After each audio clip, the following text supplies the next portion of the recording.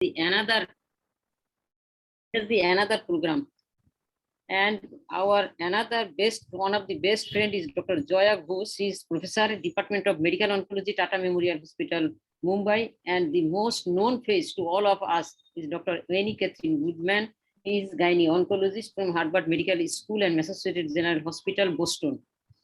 Our local faculty students with are Dr. Sabira Khatun. Sabira is the professor and founder chairman on gynae oncology, Bangabandhu Sheikh Mujib Medical University, Dhaka. Dr.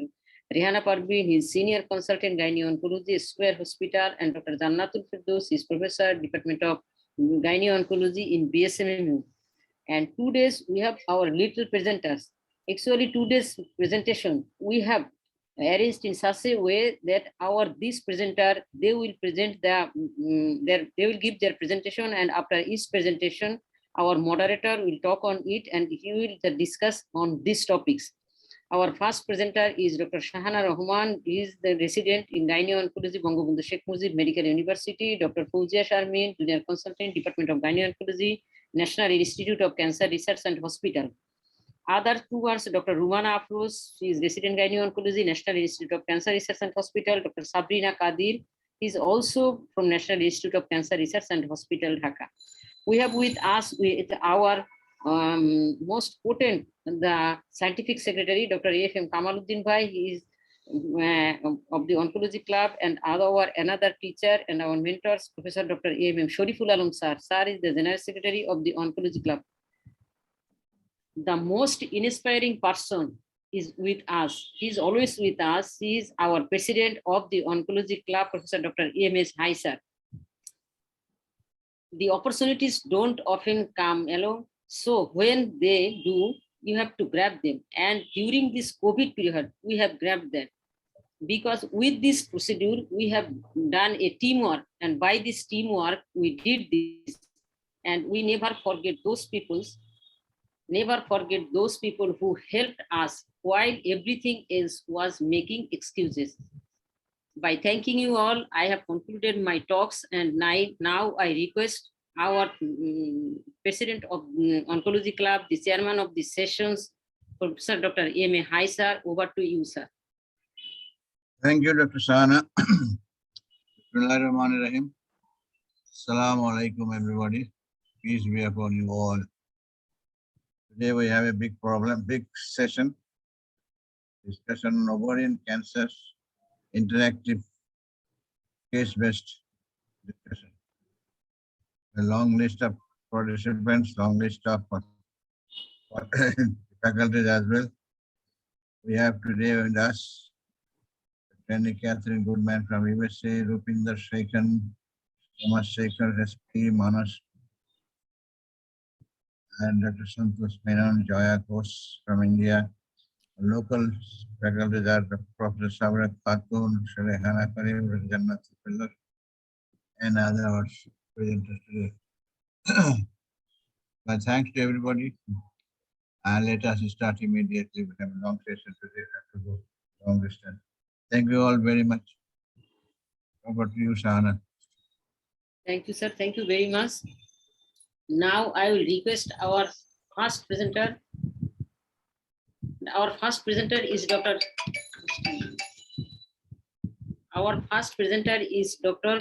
Shahana Rahman. Shahana Rahman, she has passed FCPS in obstetric and gynecology and also FCPS in gynae oncology. This time, she will talk on the how to evaluate an adnexal mass. Shahana, please. Over to you, Shahana. Thank you, madam, for your nice introduction. Now I'm sharing my screen.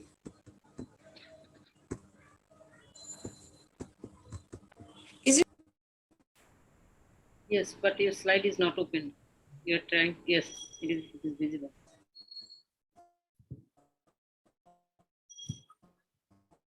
Go to slide. Okay, now. Yeah. Is it okay now? Yes, go to slideshow. That's fine. Madam? full screen and start talking. Respected teachers Shahana, slideshow হয় নাই, slideshow তে দেন। from Full, home and full abroad screen. Shahana, and slideshow তে দেন। learned audience. Assalamu alaikum.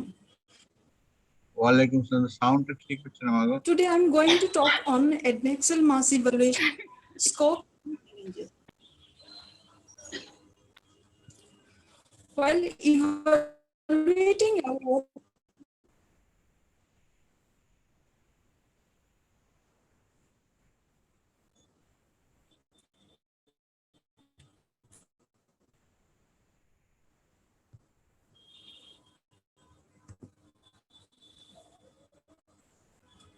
Is it okay now, ma'am? Yes, it's now okay. Your screen share is off. Okay, আবার disconnect হয়ে গেছে। কি হলো, ঝামেলা হচ্ছে আজকে?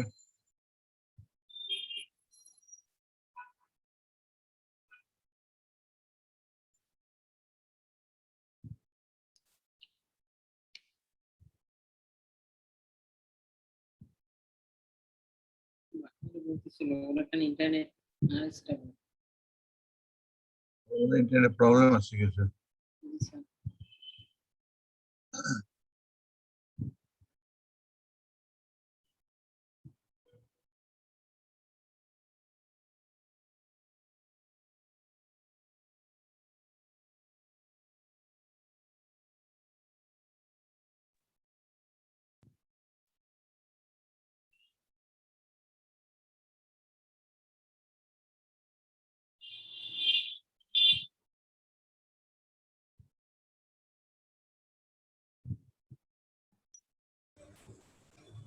Am I audible, ma'am?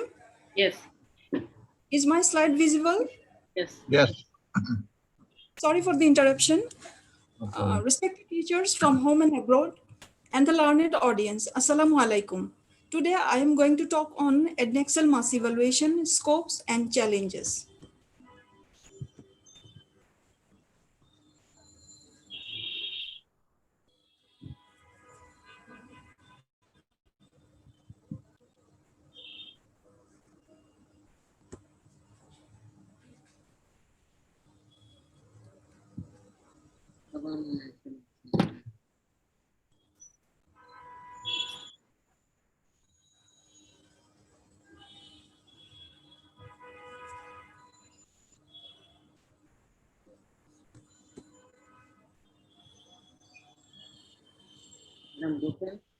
Madam Duken. Is it visible now, ma'am? It is visible. Continue. While evaluating a woman with adnexal mass, a few questions may come to our mind. Is it benign or malignant? What will be the mode of treatment? Is it conservative or the immediate surgical intervention? Who will operate on, a gynecologist or a gyno-oncologist? What will be the approach, laparoscopy or laparotomy? If laparotomy, the type of incision, and what will be the extent of surgery? Conservative surgery or complete surgical staging? So proper evaluation of an adnexal mass is crucial to reach at a diagnosis and to select an optimum treatment strategy. But evaluation is sometimes challenging because of diversity of clinical presentation, abundance of differential diagnoses from physiological to non-neoplastic cause, from benign to malignant, and wide range of treatment option. Evaluation consists of history taking, examination, and investigation, which include imaging and tumor marker. While history taking, risk factor for developing cancer should be kept in mind. Most of the adnexal mass in young age are physiological or benign, and the neoplasm are of germ cell type. Chance of malignancy increases with the advancement of adnexal mass in postmenopausal women has a 30% risk of being malignant. Nulliparity infertility is associated with the increased relative risk of developing malignancy. Personal or family history of breast and or ovarian cancer, Lynch syndrome are a significant risk factor for malignancies, so as obesity and endometriosis. Patient presents with various types of symptoms. But the challenge is symptoms sometimes are non-specific and even may be asymptomatic. Examination include general and systemic examination, and detailed characterization of the mass may indicate the nature of the tumor. Now, imaging. The basic imaging technique for evaluation of an adnexal mass is transvaginal sonography with or without color Doppler study. When the mass is inconclusive, then MRI is advised due to better soft tissue resolution. Regarding sonography, International Ovarian Tumor Analysis, IOTA group has provided a standardized examination technique which define the morphology of the ovarian lesion with consistency. Features of a benign mass, unilocular cyst, presence of solid component with largest diameter less than 7 millimeter, presence of acoustic shadow, smooth multilocular tumor with largest diameter less than 10 centimeter, and no blood flow on color Doppler study. Features of malignant mass: irregular solid tumor, presence of ascites, at least 4 papillary structure, irregular multilocular solid tumor with largest diameter more than 10 centimeter, very strong blood flow. There are 3 simple rules classified as malignant. If only B features are present, the mass is classified as benign. If both M and B features are present, or if no B or M features are present,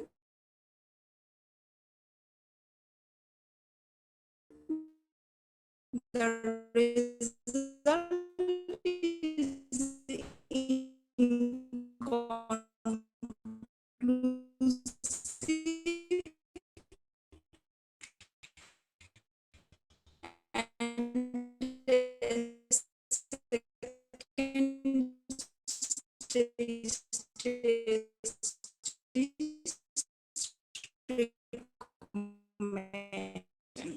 You are not quite audible. Next model proposed by the IOTA group can tumors, stage 1 invasive, stage 9 predictors, and these parameters are introduced into the EDNEX model and risk is calculated. Now, tumor marker. CA125 is the most widely used tumor marker, but it is poorly sensitive, elevated in only 50% of the early stage ovarian cancer.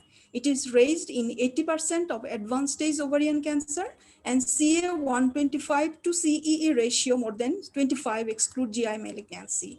But the challenge is it is elevated in other malignancies and benign condition. Other tumor markers.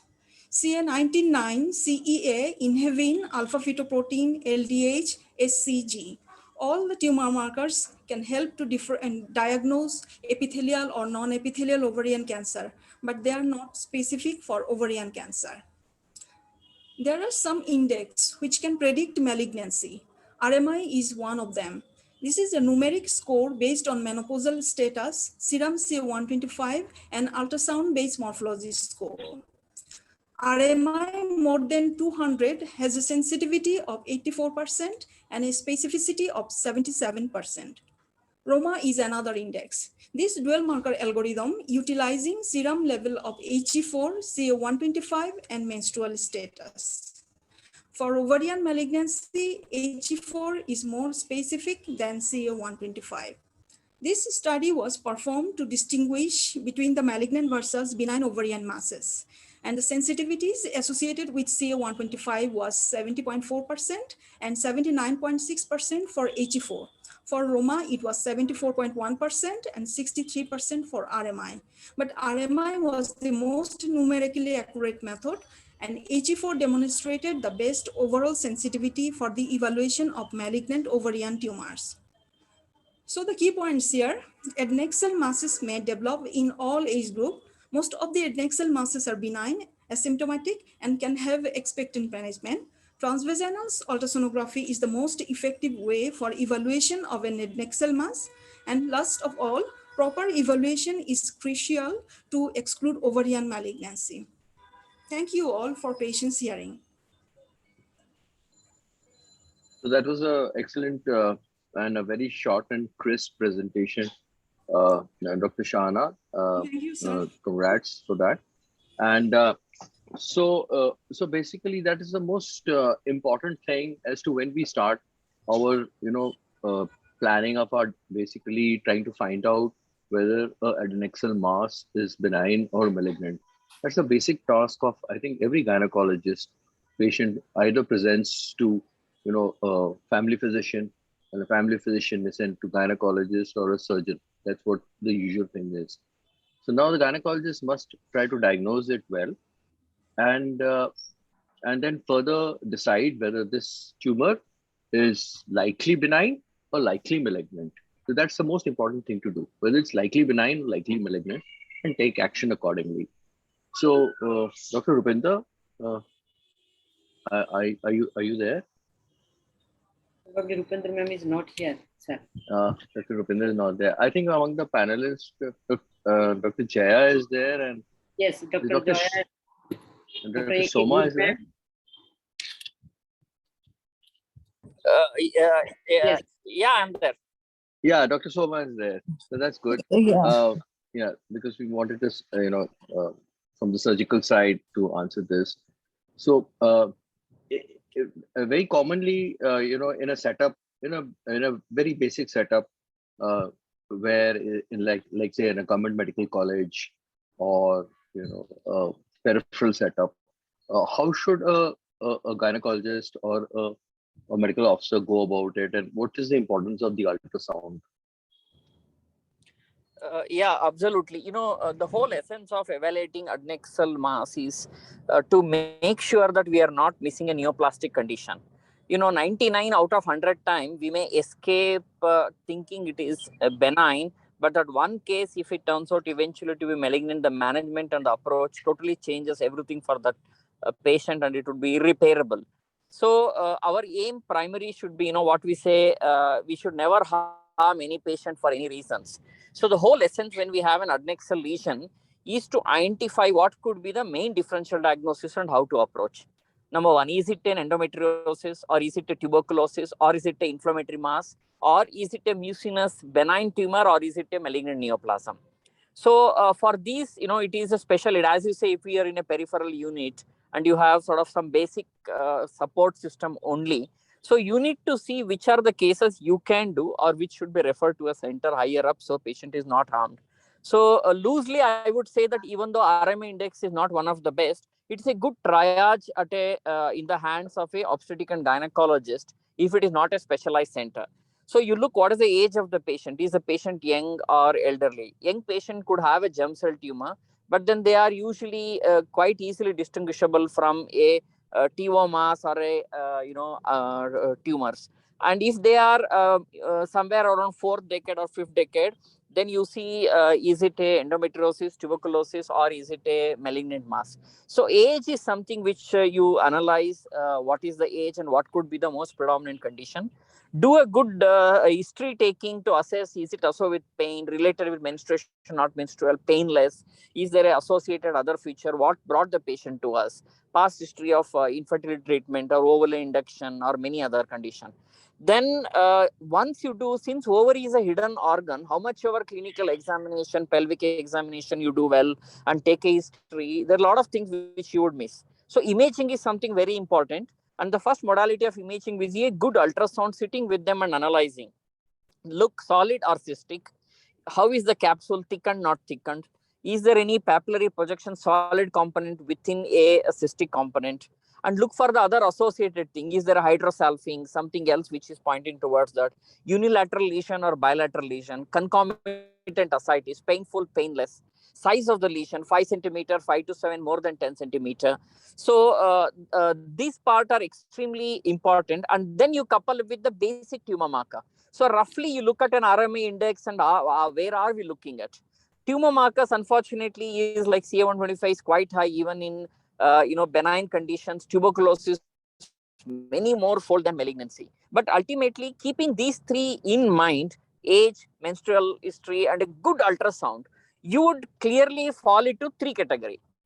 Yes, surely it looks to be a benign pathology, surely malignant. These two are easy for us to manage. The problem comes when you're in the intermediate.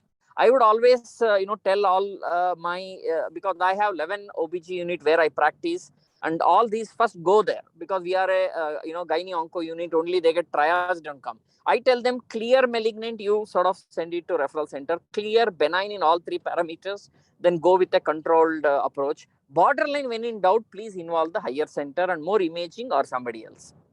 Very true. So thank you, Dr. Somasekhan. In a younger patient, we find that in a premenopausal age group, especially, and when we are dealing with a case where there is a suggestion of endometriosis, those are the patients which really have a difficulty in diagnosing, and we really do not know. So at our center and many gynecologists, we are using the Roma and HE4, because HE4 is one marker which distinguishes between premenopausal levels, it has a different marker, and postmenopausal, it has different marker. And in a case of endometriosis, HE4 is not raised. That's the advantage with HE4 rather than CA125. As you know, in CA125, that can be raised in endometriosis, fibroid, pregnancy, and various other situations. So I would like to ask Dr. Sabira Khatun, who is there as a local faculty at Bangladesh. So how at your center are you directing the patients to the, what are you telling the gynecologists at the periphery that which cases should come to you? And what marker do you suggest to them in a very simple manner? Sir, Sabira Khatun madam, she's on the way, and we have the Dr. Rehana Parveen is there. What is used in your center? Jannatul, sir. Jannatul is here. Dr. Jannatul, Dr. Jannatul, if you could just, tell what do you tell the gynecologists, and how do you, tell them to direct the cases to your center? Yeah, thank you so much, Dr. Manush. Actually, this is a real challenge for us, and we encounter this type of scenario in our daily practices. And I think in my center, actually my center is a tertiary referral center and every facility is there. But for general, what I should mention that the history taking is very important. History taking regarding the onset and also the age, what Professor Shamshekhar has mentioned, because in premenopausal women, only 5% chance of having malignancy, whereas in postmenopausal women, chance of malignancy is more. And tumor marker, we can do tumor marker in every setup. CA125, though not specific, but in postmenopausal women, if the CA125 level is high, it is suggestive. HE4 is not practiced, though it is a good marker, it does not change in the hormonal change of any woman, but in relation to hormonal change, but HE4 is not widely practiced. In my center, we can do, but we do not routinely advise HE4. What we do, we usually like to do a TBS with colored Doppler ultrasonogram, and we don't use the iota simple rules, though it is very easy and we are trying to implement, but not yet, we don't follow the iota rules. TBS actually can, it has more sensitivity, more than 90% sensitivity to detect adnexal mass. Then coming to the RMI that already discussed, RMI is also very important.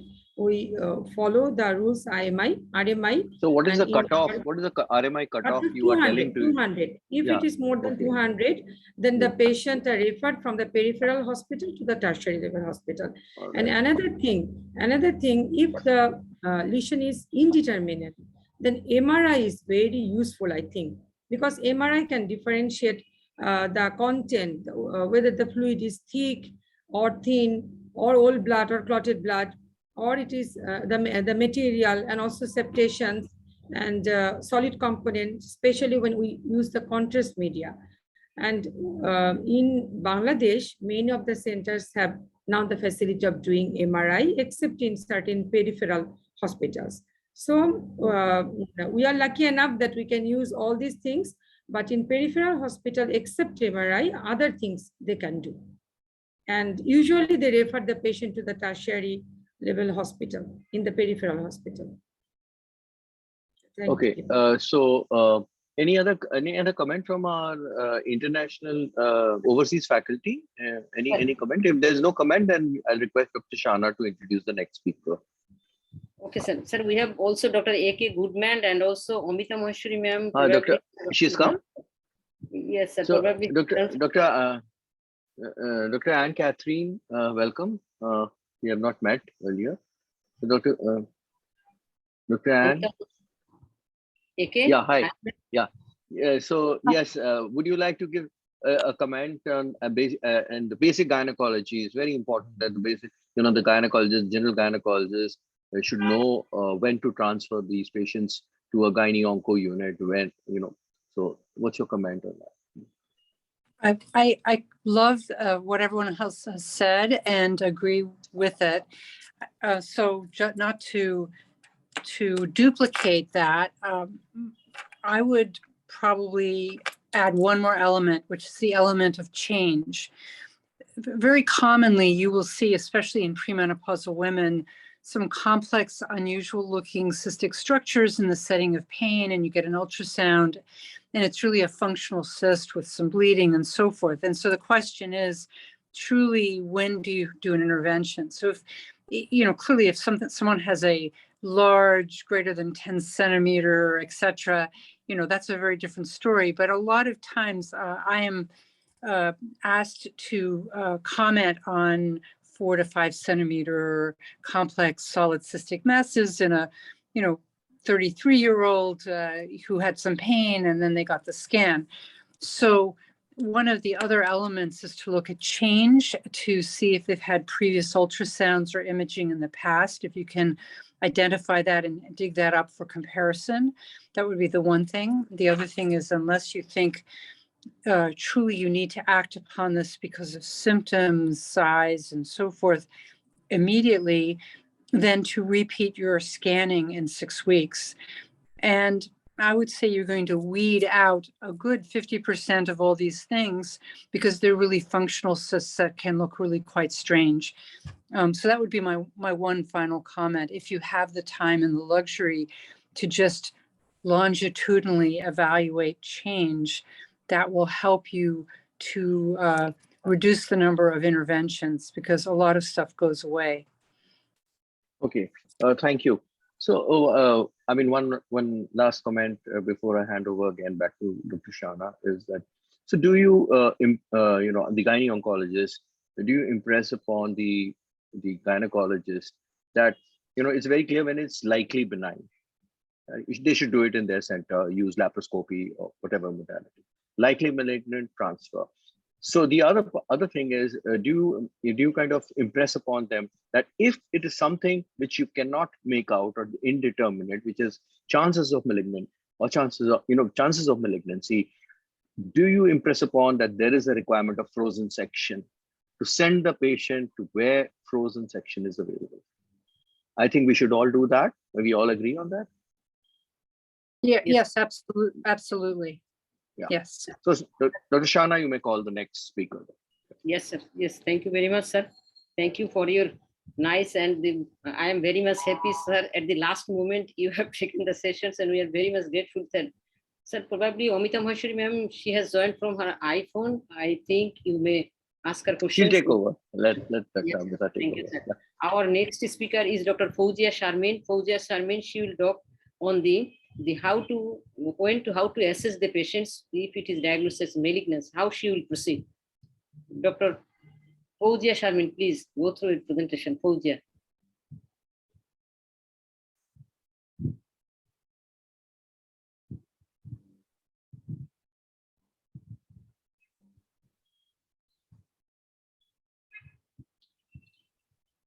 Fouzia.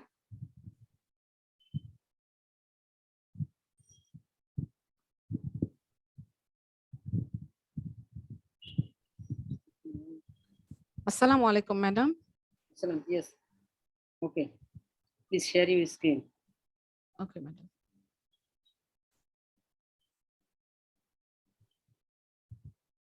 Madam.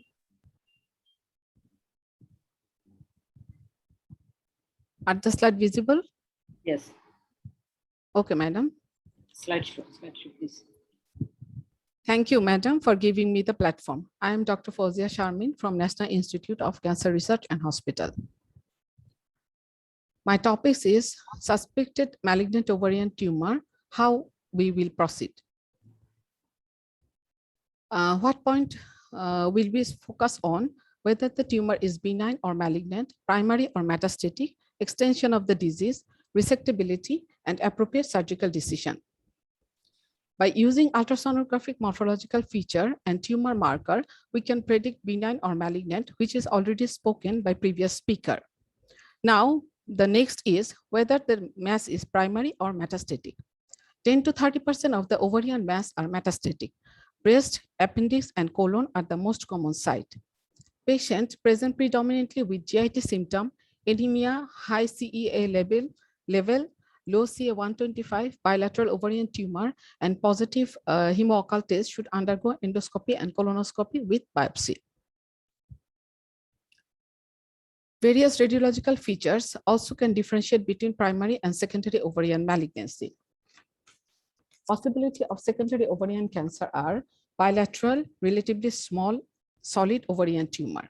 Imaging feature may also differ according to the primary tumor.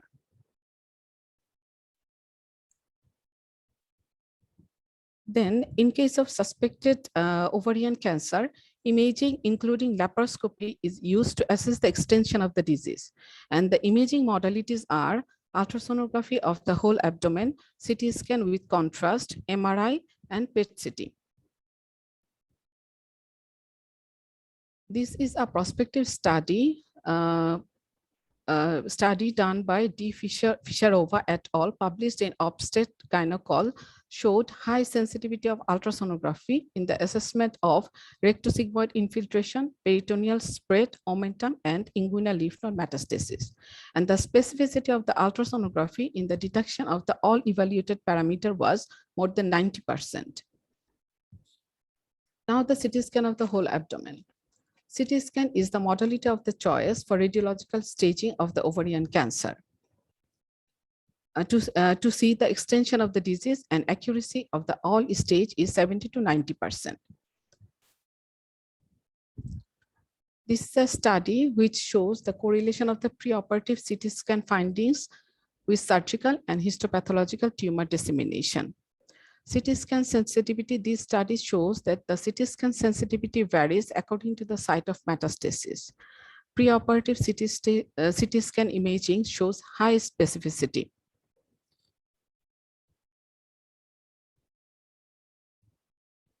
Now the MRI. MRI is useful in diagnosis of indeterminate ovarian mass, and it can be used where it is mainly indicated where CT scan is contraindicated. And overall staging accuracy is 75 to 78%. And diffusion weighted imaging can detect small peritoneal metastasis. This is a study, comparative study between the diffusion weighted MRI and CT scan for preoperative assessment, where MRI was found superior than CT scan in evaluation of the diffuse serosal carcinomatosis and irresectable distant metastasis. Now about the PET-CT. PET-CT had a limited role in preoperative staging. It is mostly used in recurrent cases.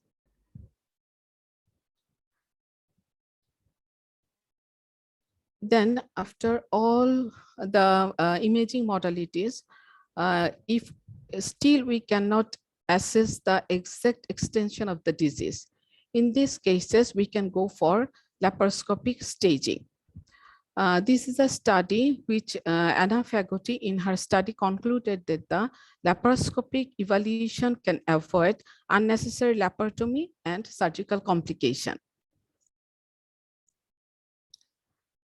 This is the CT scan criteria of the resectability.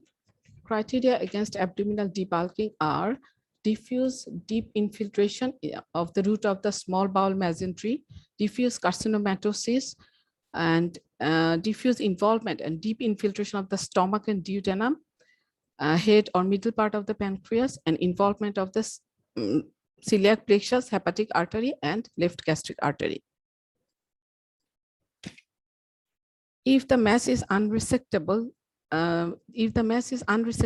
then we will go for either FNAC or core biopsy before going to NCT. Core biopsy is better than FNAC regarding the tissue architecture, which help in grading, subtyping, and immunohistochemistry study. This is a comparison between the TrueCut biopsy and FNAC of the pelvic tumor. The adequacy of the TrueCut biopsy 91 to 95%. When both FNAC and TrueCut biopsy is used, the adequacy is 100%. Accuracy of TrueCut biopsy is 98% and in combined 95.5%. Sometimes diagnostic paracentesis should be performed when there is diffuse carcinomatosis or ascites without any obvious mass, and when patient will be treated with neoadjuvant chemotherapy. There is a study which shows the limitation of the cytological analysis. There is 30.02% false negative rate and 6.38% false positive rate in cytological analysis. This limitation can be overcome by ascitic fluid cell block study. The study, efficacy of the ascitic fluid cell block study for diagnosis of the primary peritoneal and tuber cancer in patients with peritoneal carcinomatosis with ascites was done by Takashi Yuhara. The study concluded that ascitic fluid cell block is not inferior to core biopsy in diagnosis of the primary tuber ovarian carcinoma. The two methods complement each other. Ascitic fluid cell block can substitute core biopsy in diagnosing the primary tuber ovarian cancer in selected peritoneal carcinomatosis patient. Ascitic fluid cell block is superior to CA-125 CA ratio more than 25 in diagnosis of the primary tuber ovarian cancer. And it is effective, reliable, convenient for diagnosis of the primary ovarian cancer in a primary carcinomatosis patient with ascites. So the take-home message is proper evaluation will guide us to manage a suspected malignant mass.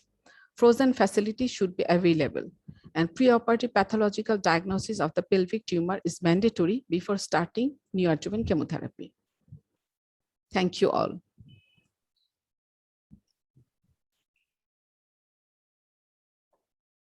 Thank you, Dr. Fauzia, for your nice presentation. Sir, Manush sir, we have another two faculties. We have the pathologist, gynec pathologist, Dr. Santosh Dr. Menon. Santosh Menon. Yeah, I was hoping he would join in. Yeah. I'm here, Dr. Manas. I'm here. Yeah. But I think Dr. Amita has joined, you said. So if Yes, Amita yes, could so continue. Yeah, I'm now I am not seeing her, sir. Yeah, she's not here. She joined for some time. Yeah. So this is I really needed the comments from Dr. Santosh Menon. Dr. Santosh Menon is gynae pathologist, oncopathologist at Tata Memorial Hospital, as you know.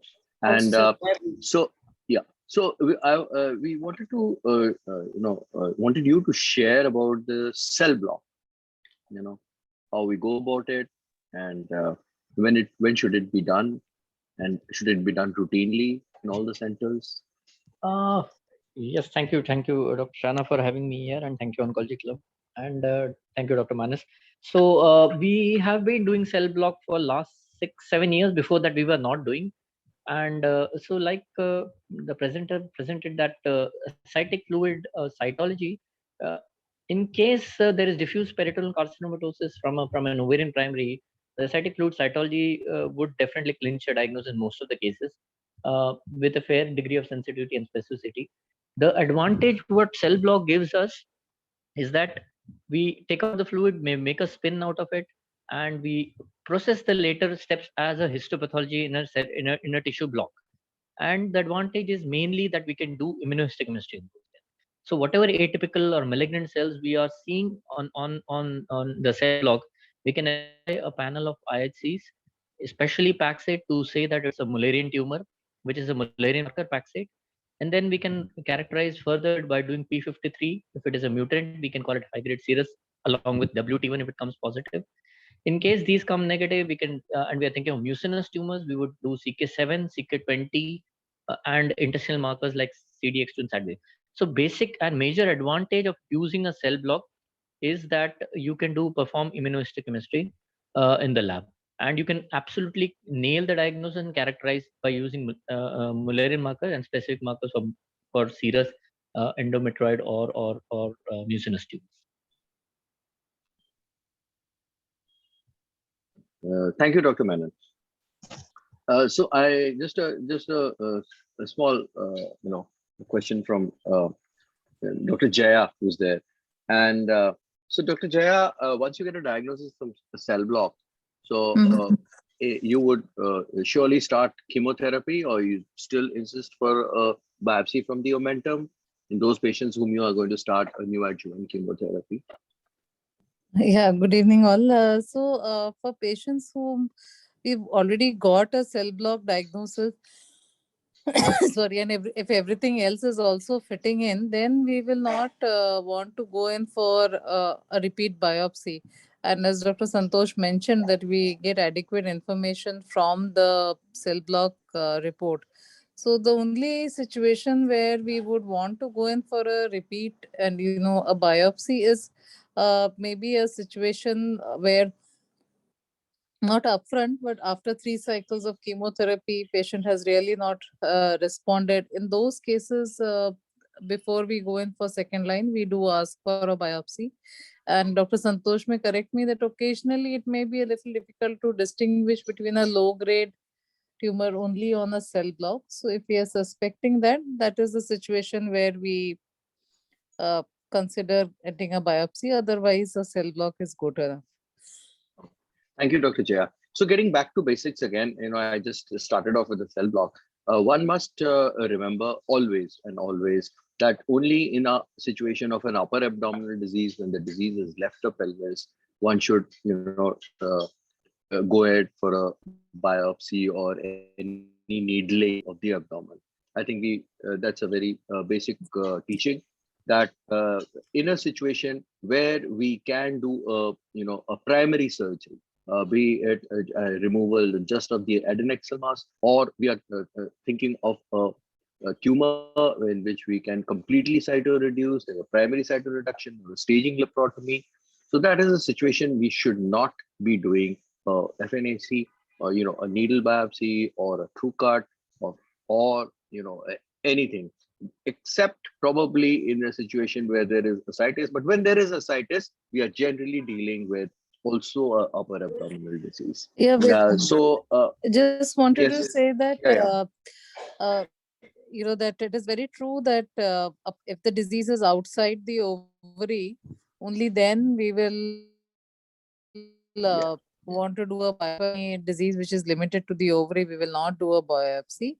And just two more things is that, occasionally we've had patients with ascites, and as you rightly mentioned, there are so many mimickers with CA-125, even up to 10,000, 15,000. And these could be anything from tuberculosis to gallbladder primaries. And, just because the CA-125 is 10,000, does not mean that it is malignancies. We've had patients with tuberculosis with very, very high CA-125. So that is something that we need to kind of keep in mind when we are thinking. And another thing is, Dr. Santosh may correct me, is that if we just do a cytology and it is adenocarcinoma, and the patient is 35 years of age, we should not assume it to be an ovarian cancer. We have to do germ cell tumor markers, because if it is an advanced germ cell tumor, cytology can occasionally mimic. So therefore, for all patients less than 40, even if they present with advanced malignancy and it is an adenocarcinoma, on cytology, do a germ cell tumor marker. So those are the only two things, because the management would change entirely. Very important point. Yes, I just want to make a comment, Dr. Manas, that as rightly said by Jaya, if even in a cell block, if we get CK20 and CK7, CDX2 intestinal markers positive, we would advise upper GSCopy and colonoscopy in these patients, especially if the patient is young and bilateral. So that's a common presentation. So Based on the age of the patient, based on bilaterality, the serum tumor marker like CEA, we would do different set of markers as a panel in cell blocks. Thank you. We also spoke about the imaging, about CT, MRI, and in case PET CT is available.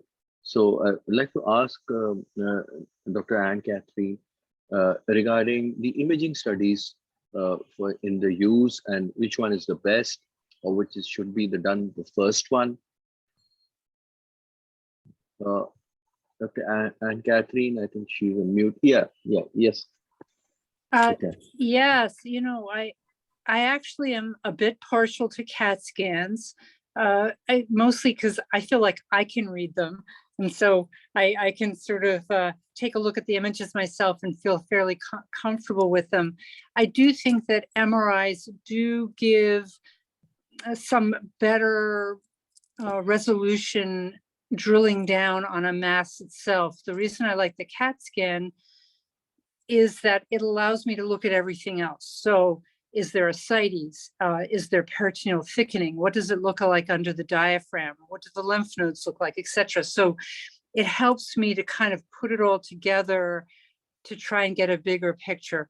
And then, of course, if I really truly think there's cancer there, the issue of neoadjuvant chemotherapy versus upfront surgery, this can be very happy. What does the porta hepatis look like? If there's just a bunch of junk there, you're not going to want to do a primary surgery on this patient. So yeah, I'm partial to CAT scans for that reason.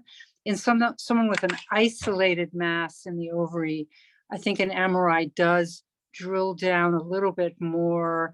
They're very good at commenting on endometriosis. I have to say, recently, I had a patient where they actually called it, the radiologists called the diagnosis of an endometrial stromal sarcoma. Like, how can you do that on an X-ray? I don't know, but that was the histology on her final report. So clearly the properties from MRI can help you drill down, especially with expert radiology reading.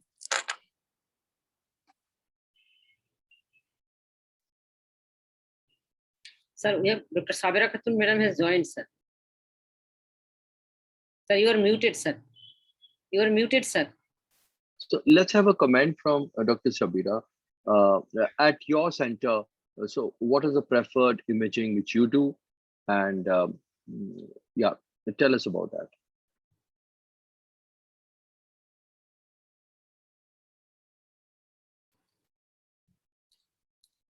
I think Dr. Sabira may not be there. So Tania, Sabira Madam ke host karen. Tania.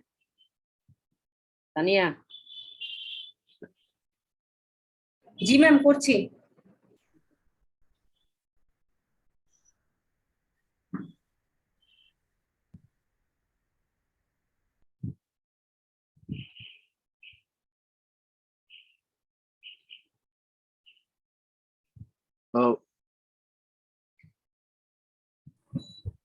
Thank you very much, Dr. Manush Vishwas, for asking me the question. Very important question for our. Yeah, I just want to basically focus on what is being done at your center and what are the gynecologists around your center doing. That's what we want to focus on. Can you hear me? Yes, you are very loud and clear, Professor Sabira.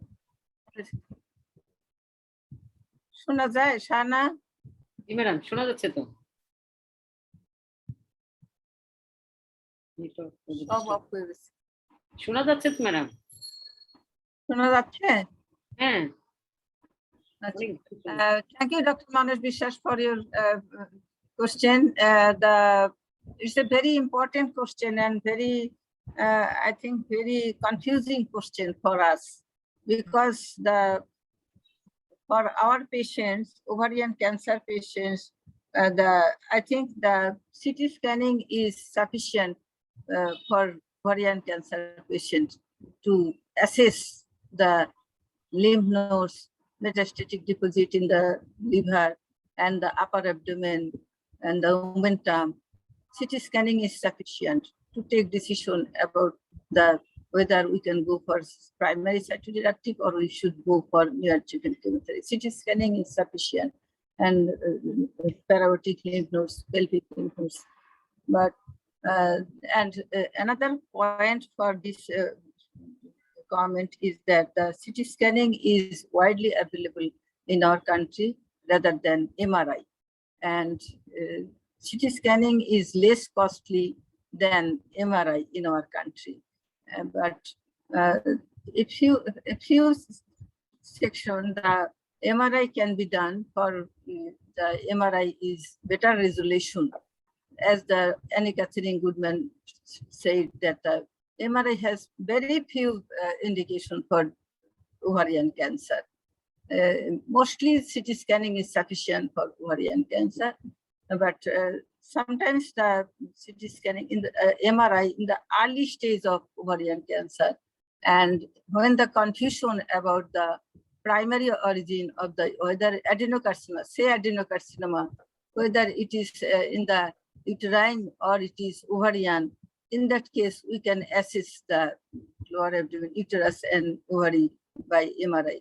But otherwise, for advanced stage of ovarian cancer, even in the early stage of ovarian cancer, the CT scanning is sufficient. And sometimes Thank you, Dr. Sabira. Yeah. So the message is very clear, like as both Dr. Ann and Dr. Sabira have both said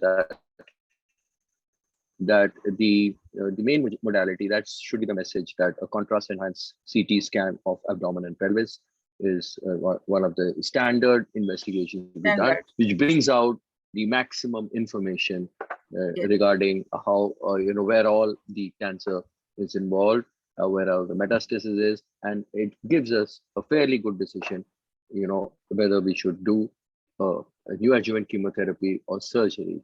So any center which is practicing, any of the panelists, probably we'll have this last question before the next speaker, that as suggested, or there's some guidelines by Dr. Ann Fagotti, that any center is practicing diagnostic laparoscopy before deciding that this case should be for a neoadjuvant chemotherapy. Somsekhar sir. The only condition where, other than what Manas told, is absolutely right. Contrast enhanced CT scan is the investigation of choice. Only condition where MRI we use is if it appears to be a mucinous tumor with a thick mucin-like jelly abdomen, where it could be some component of pseudomyxoma. That is the only place where MRI is superior in assessing the PCI index.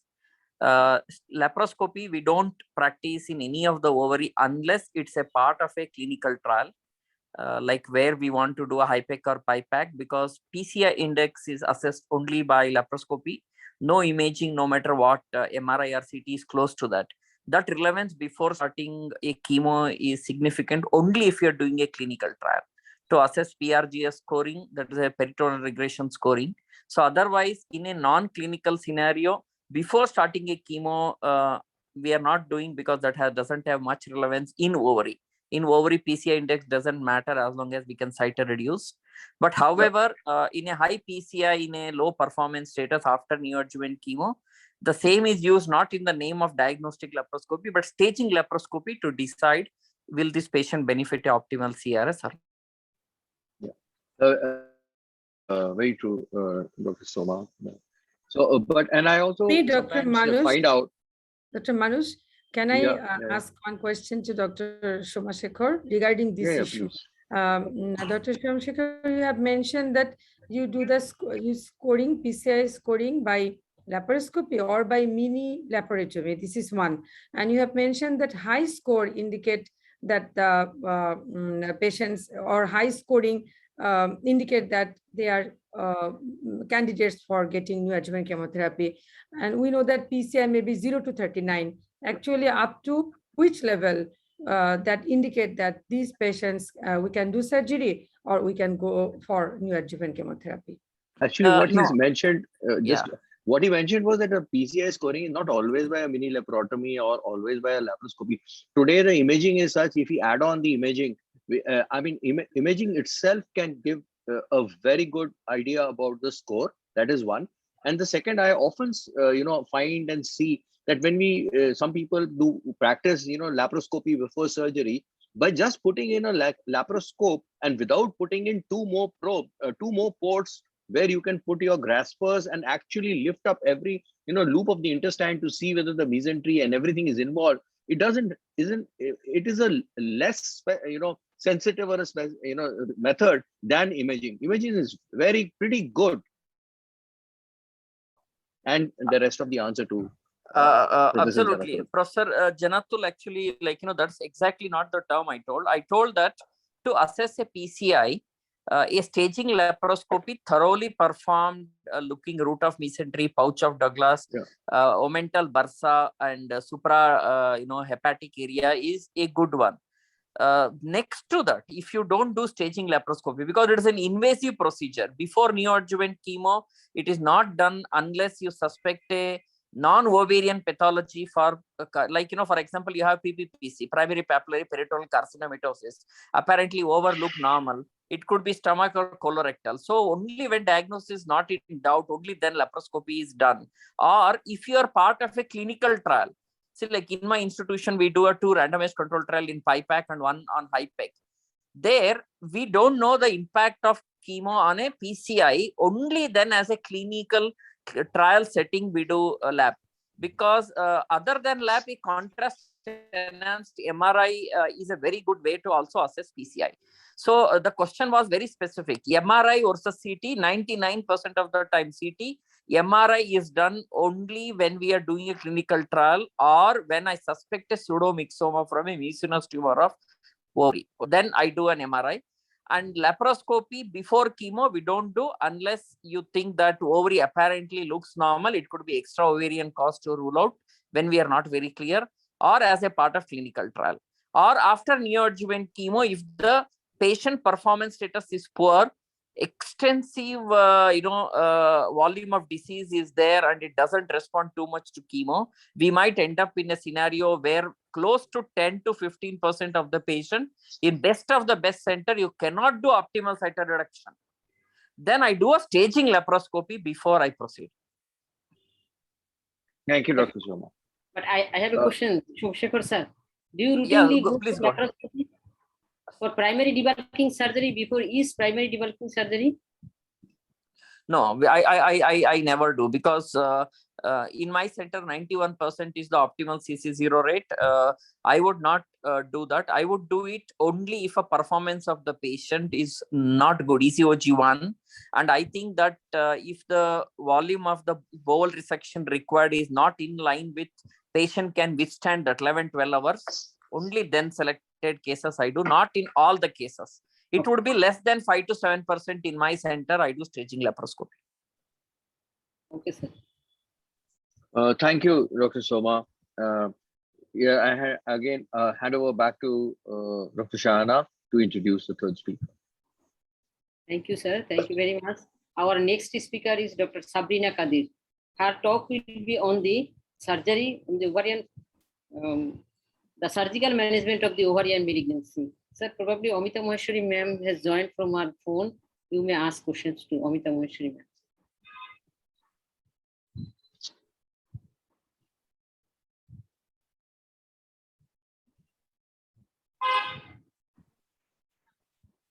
Are my slides visible, madam? Yes. Assalamu alaikum, everyone. I am Dr. Sabrina Kadir, going to present surgical management of ovarian cancer.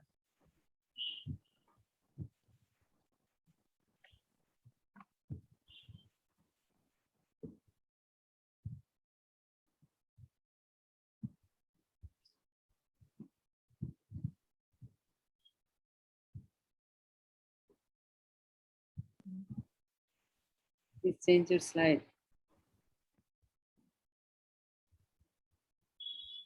Sabrina? Madam, it's not working. I'm trying, madam. You didn't send it to me.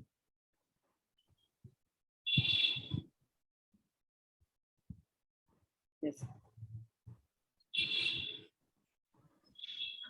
Surgical management of ovarian cancer depends on the stage of the disease. In early stage, we do staging laparotomy. In advanced stage, we do primary debulking surgery or interval debulking surgery. In recurrent setting, we do secondary cytoreduction.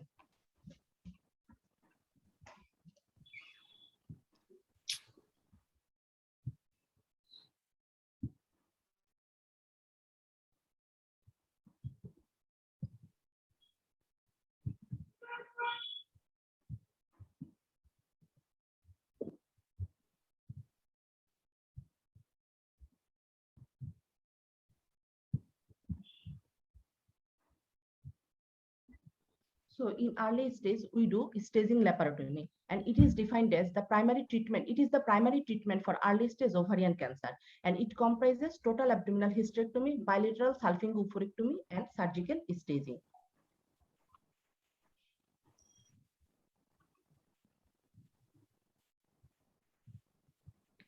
Madam, my slide share is disturbing.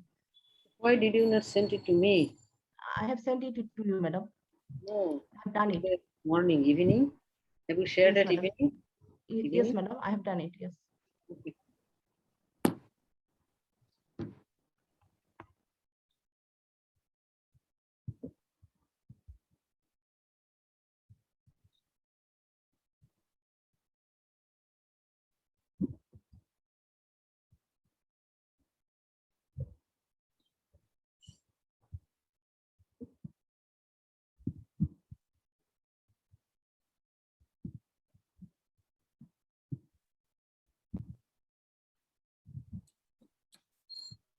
From your mail or Hassan's mail? Sabrina?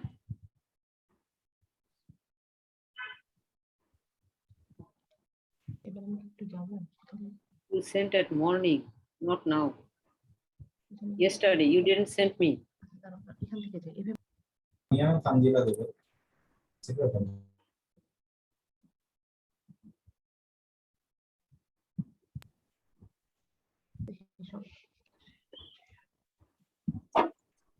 Sabrina, you Yes, please madam. send it to me.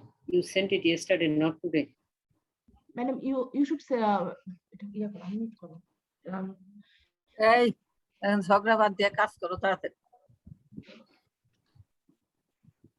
Sabrina, আমি কালকেরটা দেখাবো? জি madam, দেখেন কালকেরটা দেখেন madam. ঝগড়া বাদ দিয়ে না madam,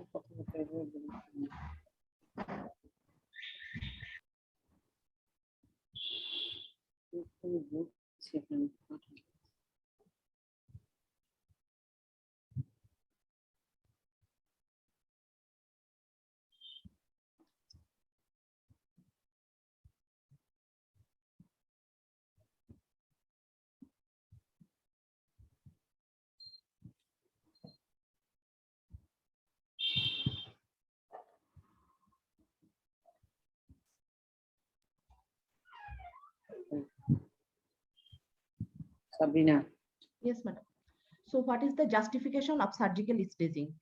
Before the period of surgical staging, the 5-year survival for patients of apparent stage 1 epithelial ovarian cancer was only 60%, but survival rate is 90 to 100% in patients with appropriate surgical staging and disease confined to one or both ovaries. 3 in 10 patients whose tumor appears confined to the pelvic wall have occult disease in upper abdomen or retroperitoneal lymph nodes. This is also supported by a journal of the National Cancer Institute, and it says that surgical staging and treatment of early ovarian cancer long-term analysis from a randomized trial, and it says that completeness of surgical staging in patients with early ovarian cancer was found to be statistically significantly associated with better outcomes. Next slide, madam. Another option of epithelial ovarian cancer is fertility preserving surgery, and the eligible person are epithelial ovarian cancer stage 1A to stage 1C, grade 1 or grade 2. In case of germ cell tumor, all early stage should be gone for fertility preserving surgery. Even in advanced stage, fertility preserving surgery is an option. But if it is not resectable, then we can do fertility preserving surgery after giving new adjuvant chemotherapy. The journal published in British Journal of Cancer says that long-term survival of young women receiving fertility-sparing surgery for ovarian cancer in comparison with those undergoing radical surgery. And they concluded that stage 1 epithelial ovarian cancer patients treated with fertility-sparing surgery and acceptable prognosis compared with those who underwent radical surgery. In case of advanced ovarian cancer, two modality of treatment of surgery. One is primary debulking surgery, that is upfront surgery. The operation to remove the primary tumor as well as the associated metastatic disease is referred as primary debulking surgery.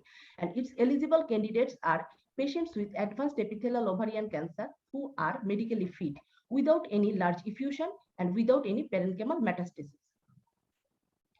So what is the rationale of cytoreduction? It improves the physiological benefit of tumor mass excision. It enhances immunogenic competence of the patient. It improves tumor perfusion and increased growth fraction, and an overall increase in response to chemotherapy.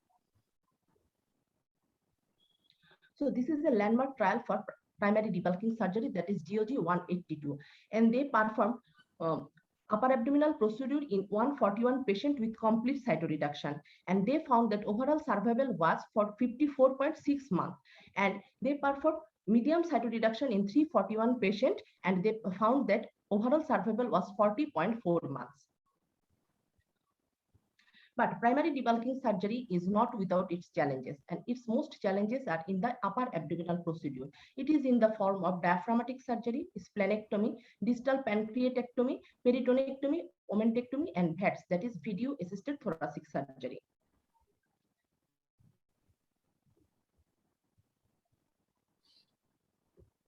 Next slide, madam. So this is the spread of ovarian cancer. Sorry, as we see that ovarian cancer spreads in every space of abdominal cavity and even in the thoracic cavity.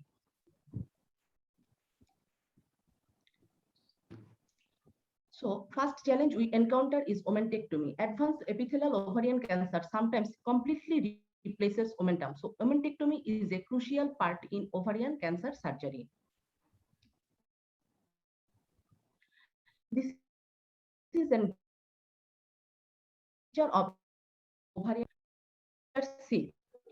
Rectum resection as part of pelvic cytoreduction surgery in advanced ovarian cancer done if complete cytoreduction is to be achieved. This associated morbidity is acceptable.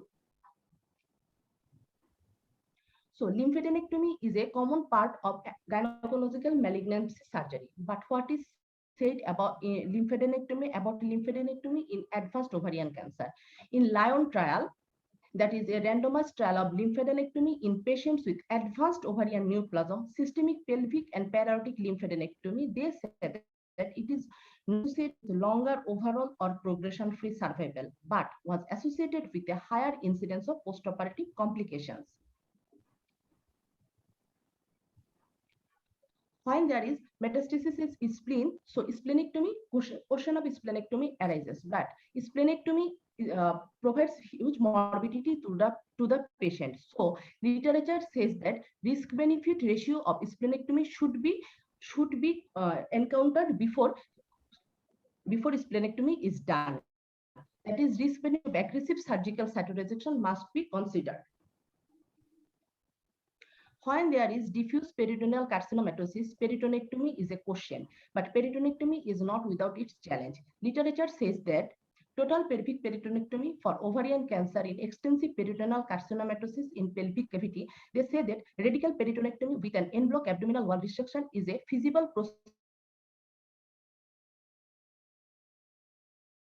procedure for removing optimal cytoreduction. So finally, Bristow et al. Done a meta-analysis saying survival effect of maximal cytoreductive surgery for advanced ovarian carcinoma during the platinum era, and he says that, and the literature says that maximal cytoreduction was often the most powerful determination of survival among patients with stage 3 or 4 ovarian carcinoma. Next. So another option of advanced ovarian cancer surgery is interval debulking surgery. This is surgery in advanced epithelial ovarian cancer patients after getting 3 to 4 cycles of adjuvant chemotherapy. And its eligible candidates are patients who are medically unfit with large pleural effusion or parenchymal liver or lung mets.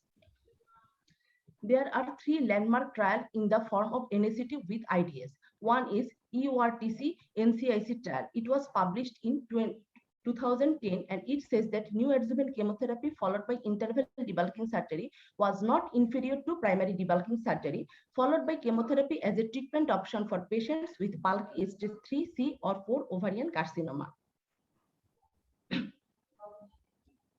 The next is PORAS trial, which was published in 2015, and it also says that survival with primary chemotherapy is not inferior to primary surgery. In 2020, the Scorpion trial was published by Anna Fagudi, and it says that neoadjuvant chemotherapy and primary debulking surgery have the same efficacy when used at their maximal possibilities, but the toxicity profile is different. So last is secondary cytoreduction, which we done in recurrent setting. Secondary cytoreduction is defined as an attempt to resect recurrent disease following first-line chemotherapy. Its criteria are complete resection at first surgery, good performance status, and absence of ascites. So, Du Bois and Ignace Vargot published the Desktop 3 trial, and it says that surgery in patients with first relapse of ovarian cancer after 6 months of disease-free and selected by a positive AGO score resulted in a clinically meaningful increase of progression-free survival. So what is the take-home message? So whenever feasible, patients with ovarian cancer should be referred to a subspecialty unit for primary surgery, and every effort should be made to attain as complete a cytoreduction as possible. Thank you everyone for patience hearing.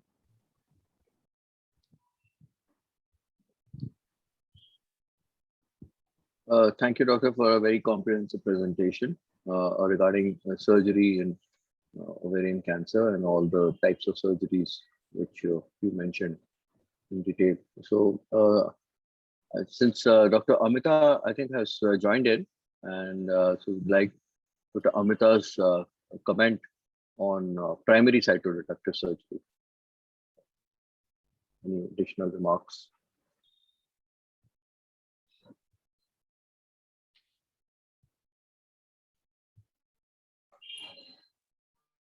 Dr. Shana, has she joined? She just told me that she has joined. So. She has joined from her phone. I have seen that, but now.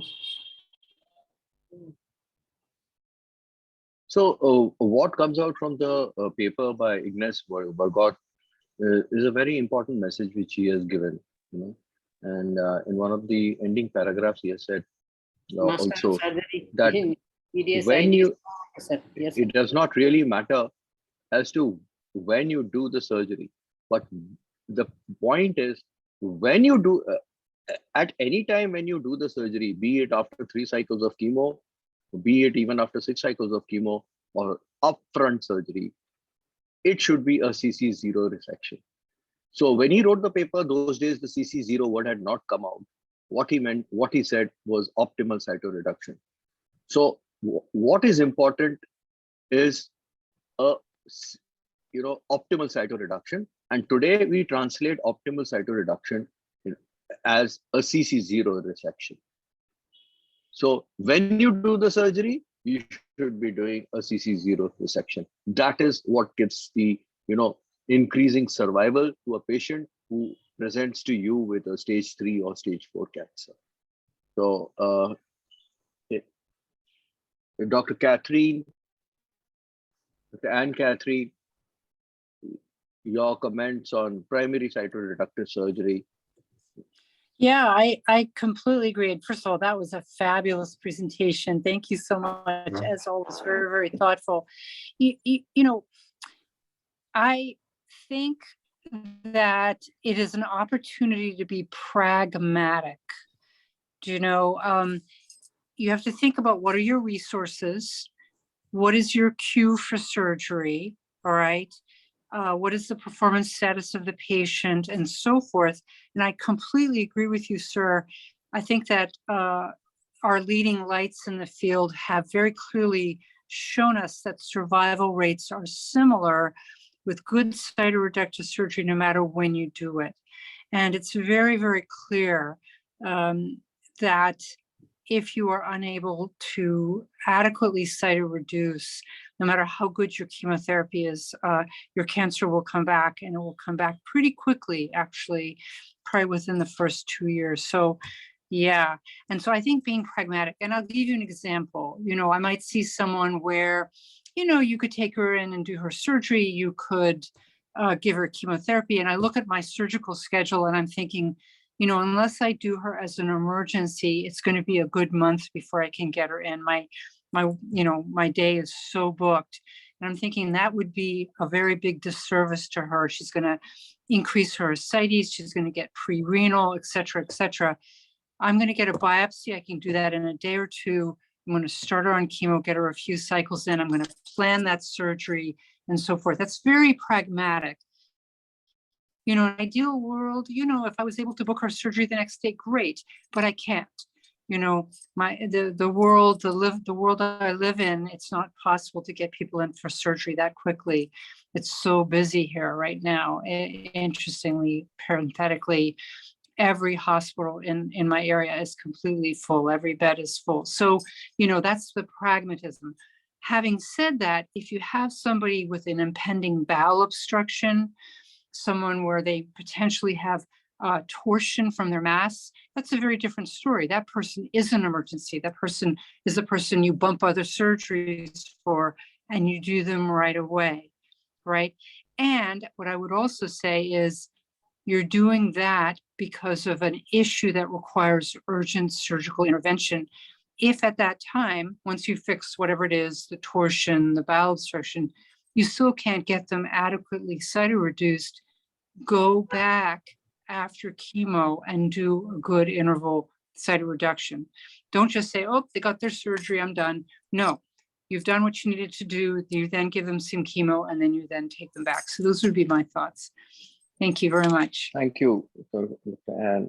And another comment from you I want is that, so do you follow Lion's trial?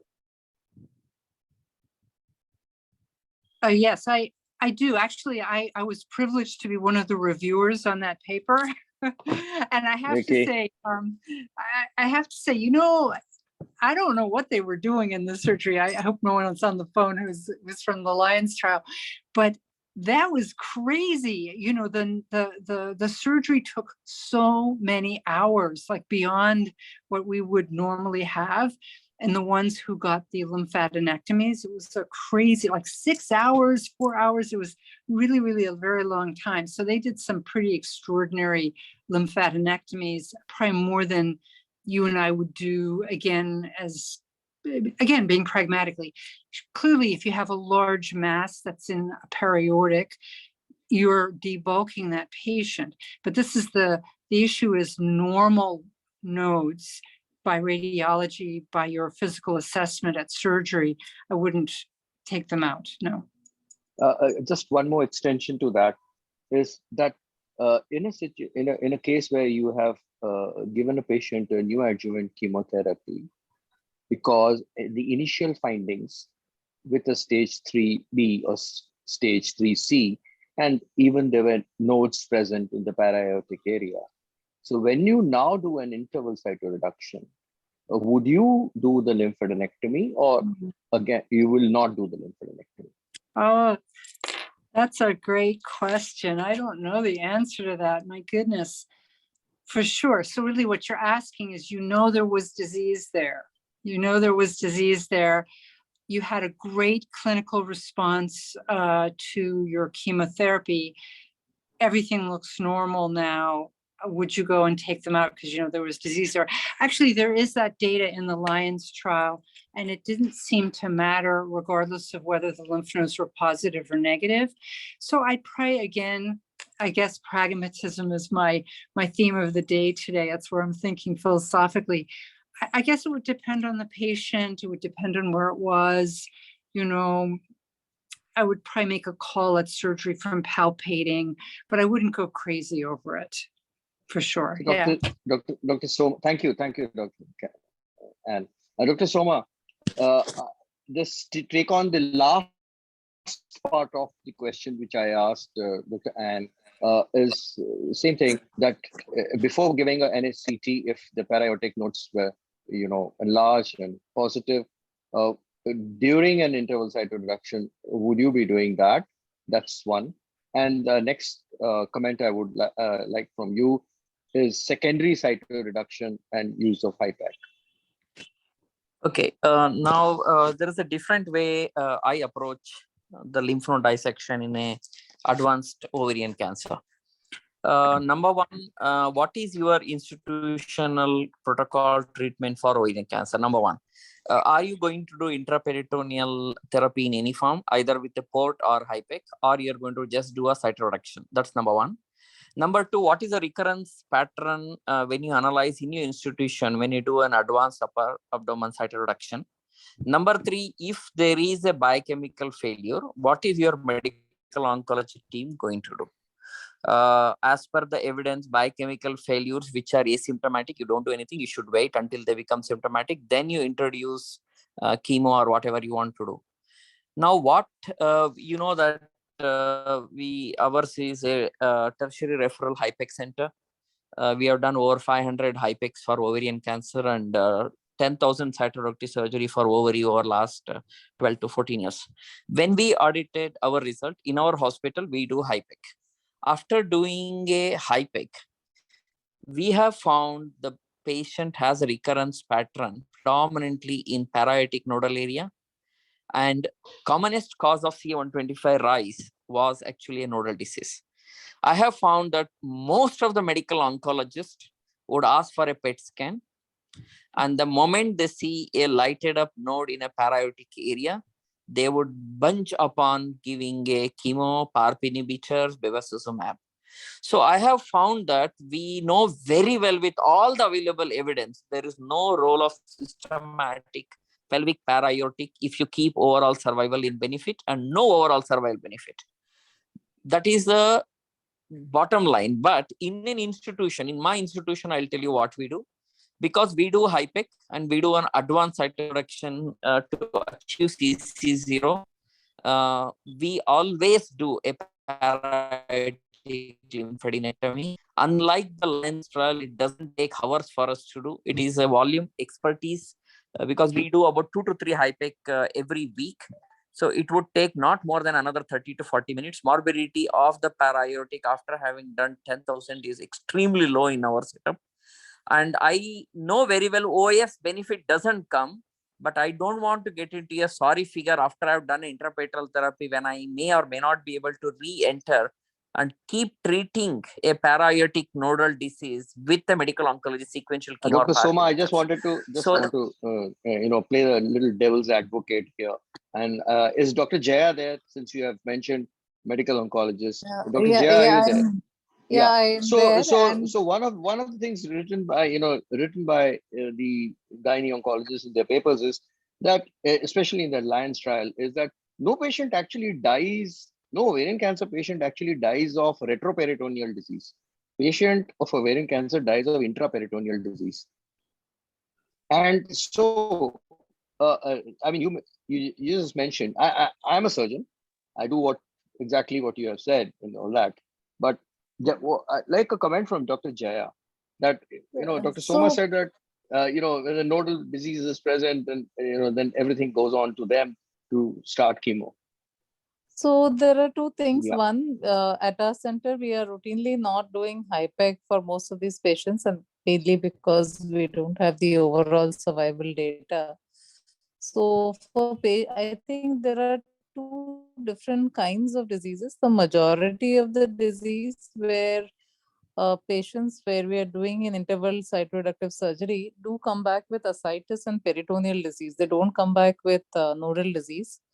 I think there is a unique subset of patients, and maybe that is as per the TCGA, I don't know whether they're the immune-rich subtypes, the one which recur only in the nodes. And for these patients, even at their baseline presentation, they have extensive nodal disease, including supraclav nodal disease. And when we give chemo, it subsides, and even they present with only nodal, and these are the ones that come back in the nodes. Whereas the ones which baseline had presented with ascites, they may come back in the node, but they also come back extensively in the peritoneum. So therefore, I do not think a reason for, going ahead with the lymphadenectomy, at least in the ones who also have peritoneal disease, Lions trial. So that is one part. And second is that, I know Dr. Somsekhar, unlike most of us medical So, oncologists Dr. would Jaya, not do we then really, get your support from you? Do we then get a support from you that you would, when you are, also giving chemotherapy to the patient, we are all looking, both the surgeon as well as the, medical oncologist is looking for a good survival and a disease-free period. So, getting the support from you that you would tell us, no, you should when you're going and do the para-aortic. no. So I wouldn't say, I would say, I think there is enough evidence to say that there is, from the lines that there is really no benefit of doing a lymph node dissection. Of course, as I said, there may be exceptional, case to case basis. As I said that we are not doing routinely HIPIC, and most of the disease comes back in peritoneum. So except for, there is maybe a very limited role in a case to case basis where you might have only lymph nodes. So is If HIPEC I an have to say indication? a Is HIPEC an bottom line, indication to do the no, para-aortic nodes? I don't know that, and we usually don't do Dr. HIPEC, so Soma, I can't. what's your comment on that? We Is audited. HIPEC, when you do a HIPEC, Yeah, that it's we always audited. has to be the nodes? As I told you, the DFS, PFS, OS, and the recurrence pattern in your institution is extremely important.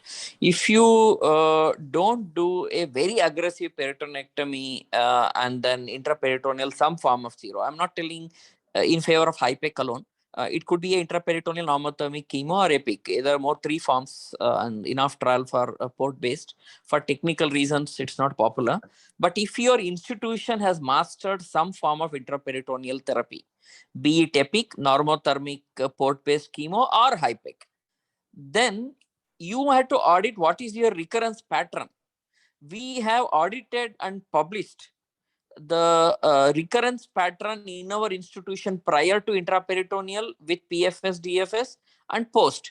If you do a aggressive peritonectomy and intraperitoneal therapy, you will be start noticing your DFS rates are totally different, and the recurrence pattern now is not predominantly in the peritoneum, but shifts to nodal disease and outside. This is what I'm telling. What Jaya told is absolutely right. If you don't practice intraperitoneal, the commonest site of recurrence would be peritoneal cavity, either parietal or visceral. But if you do aggressive peritonectomy and then intraperitoneal, we have found and documented over 7 years, published it, that our recurrence pattern now has moved. When you do a very good control in the peritoneal cavity, then the para-aortic matters. Now the issue is you have to sit in your tumor board. If you have 1/3 of patient where the cause for your biochemical failure is not peritoneal documented disease on follow-up, but para-aortic, which in our group constituted more than 25% after we introduced intraperitoneal therapy, how are we going to deal with them? So asymptomatic they're only biochemical failure. Would you take them as recurrence today, platinum resistant, and treat like platinum resistant, or asymptomatic and you would want to do? That is the philosophy and which the decide only you want to remove those nodes or not. Priority number one. Priority number two, by doing this para-aortic nodes, what is the morbidity, mortality, extra time in your institution? You audit it. As in the Lions trial, it takes 4-5 hours, 20% morbidity, DVT, injury, vascular. If you have that, you should definitely not do that, because there is no OS benefit as of today. If in your institution proficient, it takes another not more than 30 to 45 minutes, and then your morbidity, mortality is no different than the other one, I definitely do. So it is individualized. So Yeah, if you thank look you. at the broad guidelines globally, you should not do it unless you analyze your recurrence pattern, intraperitoneal therapy is done or not. If they're going to fail in peritoneal cavity 90%, what use looking at other area then? Yeah, I quite Dr. agree Manush, with can I add one thing? Yes, sure. Actually, regarding Lion trial, I want to clear one thing, that Lion trial included those patients who had stage 2B to 4 ovarian cancer, and macroscopic resection could be done, and there was no clinically enlarged lymph node. That was the study population. And the result was that lymphadenectomy is not required if complete resection is done and there is no enlarged lymph node. But we should keep in mind that if in the advanced stage disease, it may be upfront surgery or maybe after getting any CT, if there is any enlarged lymph node, then it should be removed to achieve optimal cytoreduction. Yeah, This is one that's thing. quite agreed. That's quite agreed. That comes as a part of debulking. Another thing. That is a part of debulking. Yeah. That is And another what we are talking I, about is systematic lymphadenectomy. Yes. That's what was the thing in Lions trial, not debulking. Yeah. Debulking is understood. If there is enlarged node, we will debulk. It's a part of the Yes. cytoreductive surgery. Yes. That's what. Yes. So, so one thing we come to the fact that in a center, just like what Dr. Soma said, like, even I practice in a very, tertiary care center where when we are doing an aggressive thing like HIPEC, we do an aggressive surgery, and the reason for it, Dr. Soma has very clearly told, and even Dr. Jaya also made, in her comments also quite clear that the pattern of nodal disease has to be seen, and a pattern is more when we are done a peritoneectomy and removed all the disease. So in fact, where does the cancer go? The cancer goes basically the only place left for it is the nodes area. So it's, I mean, if we are aggressive surgeons, that we would also remove the nodes. That's the thing. Now, yes, Lion trial has made their proof of what they are doing. So I would say that when in a center, we have done a good cytoreductive surgery, we are focused on removing every disease in the peritoneal cavity, then Lions trial supports that we may not do a systematic lymphadenectomy. So that is also good and correct. That is what, I think we should take home this. Dr. Shahana? And yes, just Dr. Jaya, you had raised your hand, yeah. Sorry, I just wanted to say one more thing, that if on follow-up, patient has an asymptomatic rise in CA-125, as medical oncologists, we wouldn't go with a gun after it. So, if a CA-125, we also look at the rate of rise. If a CA-125 has risen from 50 to 90, or say even for that matter, 200, and we do a scan and just find a 2-centimeter lymph node, which is just sitting innocently in an area where it is unlikely to cause a problem. And, a scan 3 to 4 months later shows that it is just increased by about 0.5. We wouldn't really go and treat that tumor, and we will just maybe wait for her to become symptomatic. And this is different from, of course, if somebody has a big 4-centimeter POD mass where she is now not symptomatic but impending to be symptomatic. And for platinum resistant and sensitive, most of these definitions of resistant and sensitive were made prior, to all our CT scans and PET scans.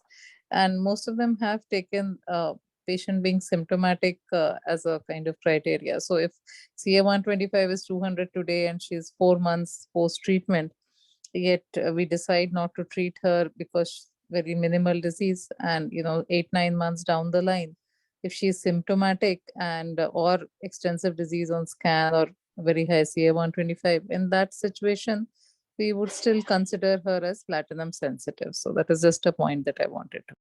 So Dr. Jaya, but actually that is not what is the trial now. In all the GOG trials, even in the EORTC trial of INASH, even in the recent OV HIPEC 1 trial on HIPEC, interval cytoreduction, and even in the Scorpio trial, the first failure documented is a biochemical rise of CA-125, nothing to do with symptom. That day it is counted as a failure. In all the GOG trial protocol, it is not the first onset of symptom. As per the trial protocol, strictly those patients have 4 to 6 weeks CA-125, and biochemical failure is the first point when PFS and DFS is taken in all the trial. It is not clinical. Clinical is subjective. No, I'm not saying the PFS or the DFS cutoff point. Definitely the biochemical failure is the PFS or DFS cutoff point. My question is whether you would consider this patient as platinum sensitive or resistant and re-challenge them with a platinum. So if a patient has had a biochemical relapse at 3 months, but significant radiological relapse at 7 or 8 months down the line, and and has symptoms at that point, for treatment purpose, would you treat that patient as, of course, she's had a PFS, if you say progression-free survival at 3 months, but would you treat this patient who just had a CA biochemical failure and a CA 125 of 70 at 4 or 5 months, but actually, a CA 125 of 2000, say at 8 months down the line, and that is when you decide to treat her. So 8-9 months down the line, will you not give her platinum? That is the question that I wanted to address. Yeah. Yeah, okay, I Dr. don't Jaya. think the platinum sensitivity is based on the CA125 value. There is no trial which has looked at 110 failure versus 2000 versus 1000. There is no trial based on No. What I'm trying to say is that you will PFS definitions in all of these trials is when they failed biochemically. But what I'm trying to say is that whether the decision to treat with a platinum is based only on biochemical failure versus what you say. So what these definitions, when they have originally originated, were at the time when we didn't have so many scans. So at that time we had considered them as platinum sensitive and decided to re-challenge with platinum. So that is, I'm saying from a more treatment perspective for these patients rather than. Okay, so we would like to get back again to Dr. Shana to call upon the fourth speaker. If we have Yes. some kind of a time. Good discussion. I think it's a good discussion. Yeah. So what is our message from here? That we will not go for the lymphadenectomy, keeping the disease in peritoneum from Somshekhar sir and from Dr. Joya Ghosh. That by seeing the C125 rising, we do not give the adjuvant treatment. And our next presenter and the last presenter, but not the least, she is Dr. Rumana Afros, her talking on adjuvant treatment in ovarian cancer. Dr. Rumana, please, over to you.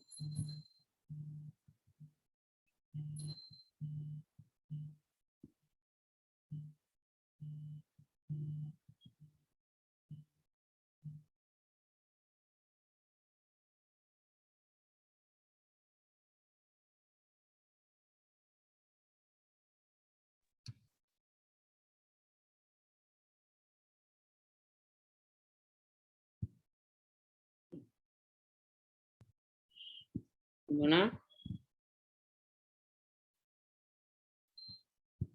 Rumana?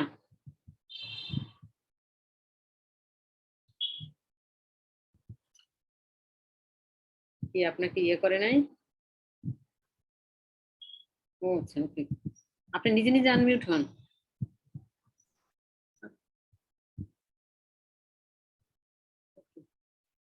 Tania?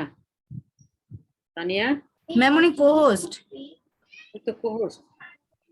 এখন কো-হোস্ট নাই, পরে ঢুকছে আবার, পরে ঢুকছে। Ma'am ওনাকে আবার কো-হোস্ট করে দিয়েছে, ওনাকে বলেন আনমিউট করতে। Am I audible now? Yes, yes.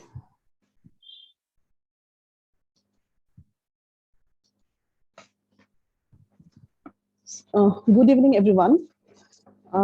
Now I am going to present the last part of the story, systemic therapy in ovarian cancer. Systemic therapy is an inseparable part in the management of ovarian cancer.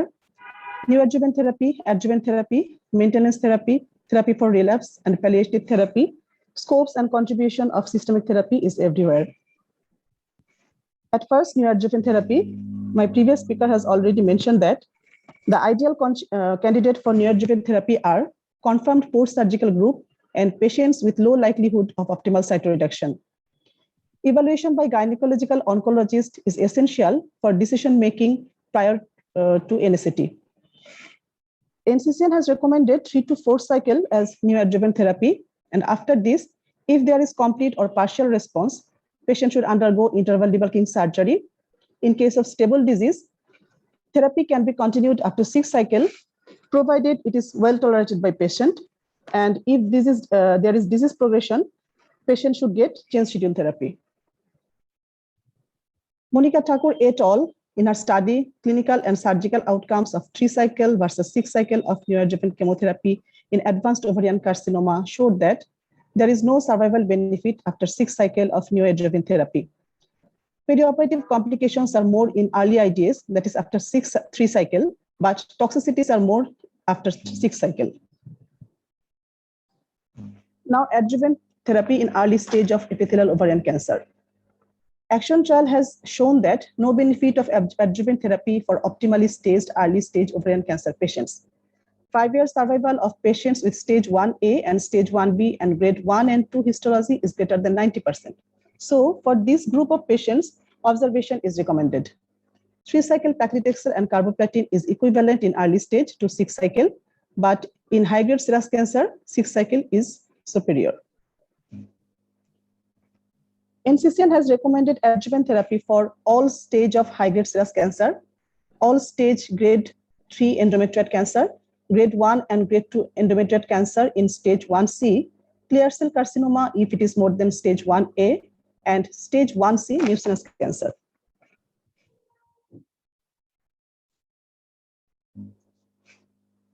%70 of epithelial ovarian cancer are diagnosed in advanced stage, and systemic therapy plays a major role here. Combination of carboplatin and paclitaxel is a preferred regimen in adjuvant therapy. According to Japanese GOG trial, there is overall survival and progression-free survival benefit for dose-dense chemotherapy, though it is not confirmed by other trials. Intraperitoneal therapy is applicable only to optimally debulked advanced ovarian cancer patients. Now, role of HIPEC. The large recent OV-HIPEC-1 trial, which included 245 patients with FIGO stage 3 who underwent interval debulking surgery after 3 to 4 cycle neoadjuvant therapy, showed that HIPEC improved recurrence-free and overall survival, and there is no difference in toxicities or hospital stay. The OV-HIPEC trial 2 is now ongoing. The objective is to evaluate the effect of HIPEC during primary debulking surgery.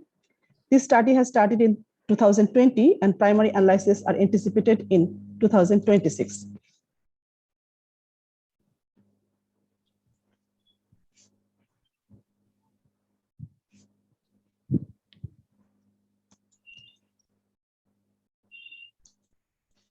Somashekar et al. Conducted a study on secondary cytodirection plus HIPEC for recurrent epithelial ovarian cancer. The author concluded that secondary cytodirected surgery plus HIPEC shown to be promising in recurrent epithelial ovarian cancer patients who have no extra-abdominal disease and good performance status, and it can be done with acceptable morbidity. NCCN has recommended HIPEC in stage 2 and 3 epithelial ovarian cancer at the time of interval debulking surgery after neoadjuvant therapy. Complete cytodirection is a prerequisite, and HIPEC is not yet recommended for patients who are undergoing primary debulking surgery. The large phase 3 randomized trial, ICON-7, which was published in Lancet Oncology in 2015, compared standard adjuvant therapy with or without addition of bevacizumab. The trial concluded that there is no overall survival benefit with addition of bevacizumab, but significant difference in overall survival in patients with poor prognosis disease. After the landmark trial of ICON-7 and GOG 218, bevacizumab has been approved as maintenance therapy in first-line setting. NCCN has recommended bevacizumab for stage 2 and 2 to 4. Single-agent bevacizumab maintenance is limited only to BRCA-wild patients, and olaparib and bevacizumab combination is recommended where there is prior use of bevacizumab therapy. On the other hand, FDA approved bevacizumab for stage 3 to 4. Recommendation not depends on BRCA status, and prior bevacizumab therapy is not a prerequisite for olaparib bevacizumab combination. For low research setting, paclitaxel was thought to be an option of maintenance therapy, but what are the trial results? LG Copeland et al. In his clinical trial compared maintenance therapy with paclitaxel versus observation only after response to first-line chemotherapy. And the results showed no difference in overall survival between paclitaxel arm and overall observation only arm.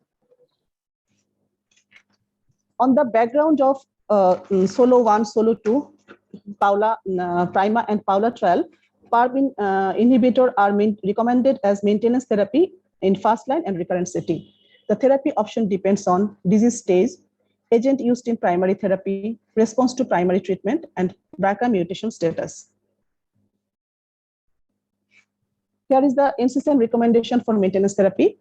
If patient received bevacizumab in primary therapy, then bevacizumab monotherapy or bevacizumab and PARP inhibition combination is recommended at maintenance therapy. But if bevacizumab is not used in primary therapy, then only PARP inhibitor is recommended as maintenance therapy. About 80% of advanced epithelial ovarian tumor patient relapse within 3 years of completion of primary therapy. So what to do? There is a comparable study by Eric Lauren et al. The study compared carboplatin and paclitaxel versus carboplatin and doxorubicin in platinum-sensitive relapse. And the study result showed progression-free survival is superior in carboplatin and doxorubicin arm. Platinum resistance, what next? Combination chemotherapy fails to show superiority over single agent in platinum-resistant epithelial ovarian cancer. Potentially active single agents are paclitaxel, docetaxel, topotecan, liposomal doxorubicin, gemcitabine, ifosfamide, and trabectedin. This is another comparative study by David Much et al. Objective was comparison of gemcitabine with doxorubicin in platinum-resistant cases. And the study concluded that gemcitabine and liposomal doxorubicin have comparable effect in terms of efficacy and safety.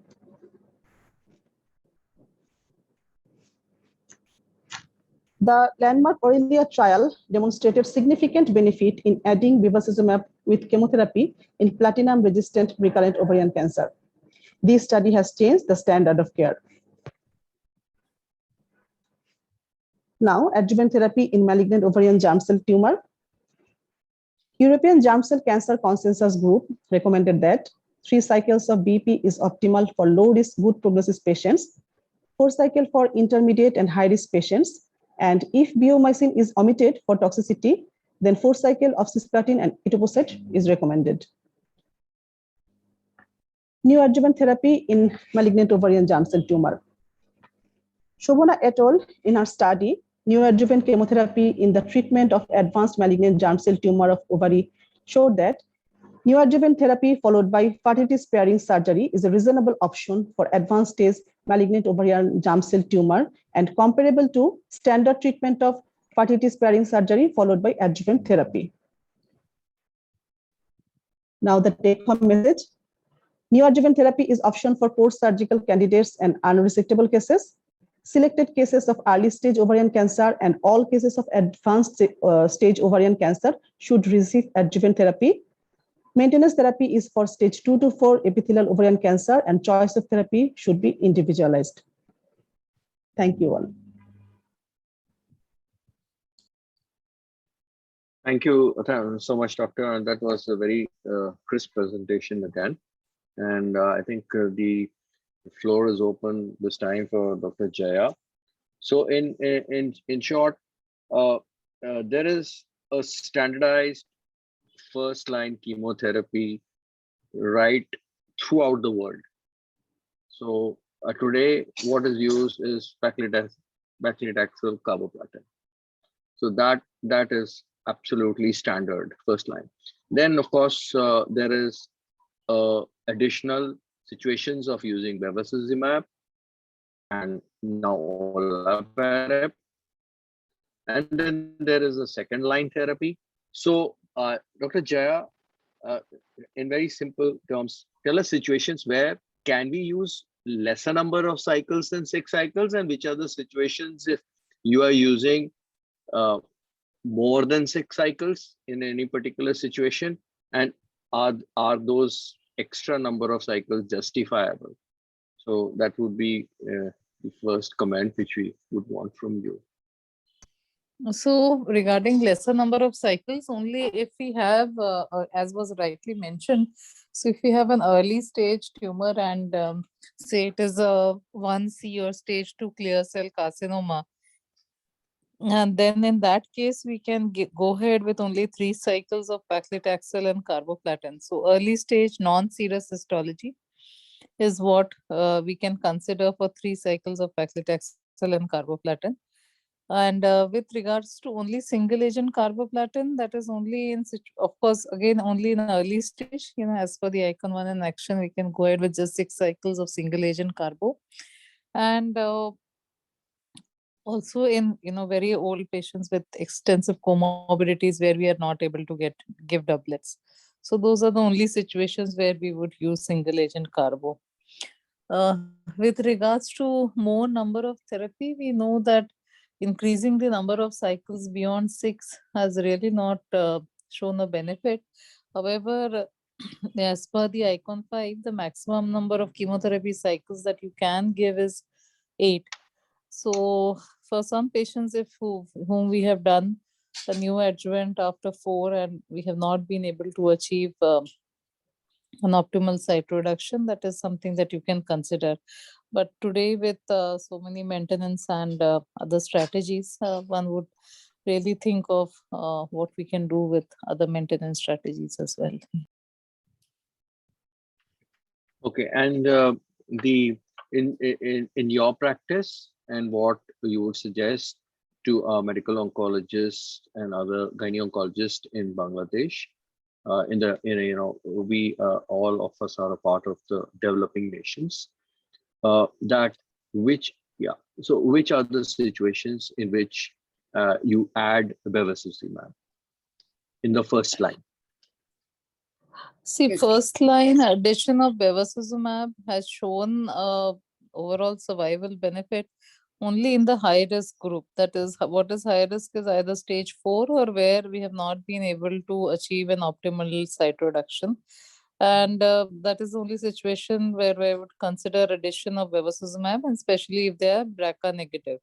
So that is the kind of situation where we would consider addition. But whenever, because you mentioned in our context, like we also need to discuss, the benefit of the addition of bevacizumab versus its costs and toxicity. Of course, in stage 4, it has also shown to improve in overall survival close to 6 to 7 months. But that because when we say a year of bevacizumab, what many patients think in terms is, improvement in overall survival, more in terms of years of improvement in survival. So I think whenever we are discussing and we do know that it has improved overall survival, we need to discuss the exact magnitude of benefit of overall survival vis-a-vis the cost. So I think that is something that we need to discuss with them.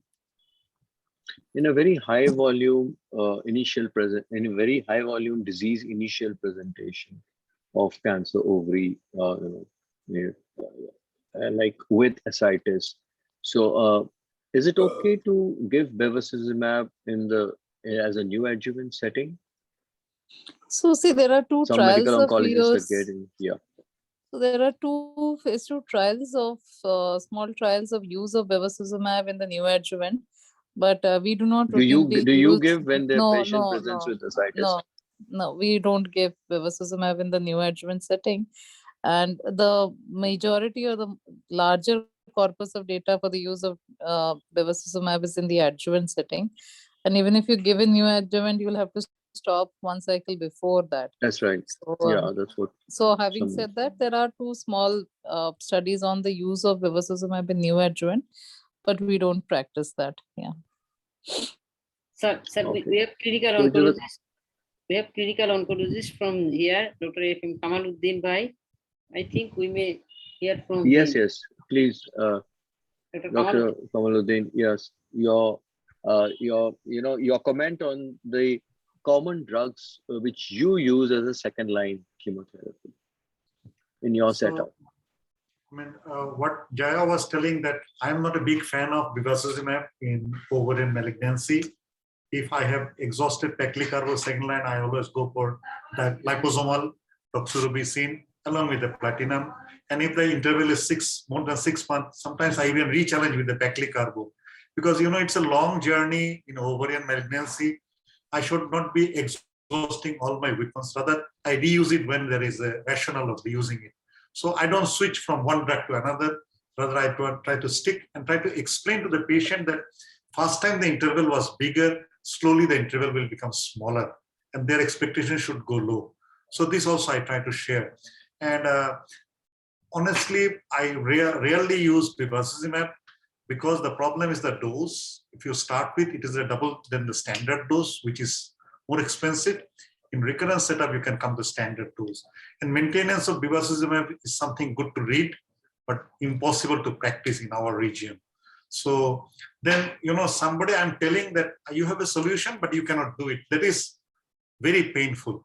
So I discuss, but I intentionally, maybe I express my biasness of not using it because of or not of a very big benefit out of it. But what I told that personally, I always try to stick to common drugs, paclicarbo, liposomal, then gem, not switch from one to another. Because sometimes some of our colleagues believe I have given pacli, go to dosi, then go to gem. So jumping from one to another, I don't do. So before I go and ask your comments about olaparib to both the speakers. Sorry, Dr. Yeah, Jaya. Dr. Jaya wanted to say something, I think. No, I'll ask you something. Yeah, please, Jaya, carry on. Yeah. So no, I just wanted to say that, whenever we are giving, so if somebody, the choice of in a platinum sensitive setting, the choice of a platinum partner would depend upon the duration and the previous toxicities. So if somebody has relapsed beyond 1 year and does not have significant neuropathy, surely we can go ahead with paclicarbo. And, especially if they've relapsed beyond 2 years, definitely paclicarbo. For somebody who's just relapsed, say 6 or 7 months post-treatment, that is somewhere that one might, although we can use paclicarbo, but that is somewhere a situation where we might consider, using liposomal doxo with carbo, as per the Calypso, or a gem carbo if that is not feasible. So those are the situation, and also based on various toxicity profile of the 3 platinum doublets. And regarding platinum resistant disease, I would want to just say that, of course, the use of bevacizumab, especially in those patients who have recurrent ascites, is something that may be helpful in combination with either weekly pacli or liposomal doxo. But, if I would also want to add that what was not mentioned in the recurrent setting, especially if platinum resistant setting, is the use of single agent oral etoposide, because that is for our part of the nation, for many patients, a very good valid option, especially if they don't have a very rapidly refilling ascites.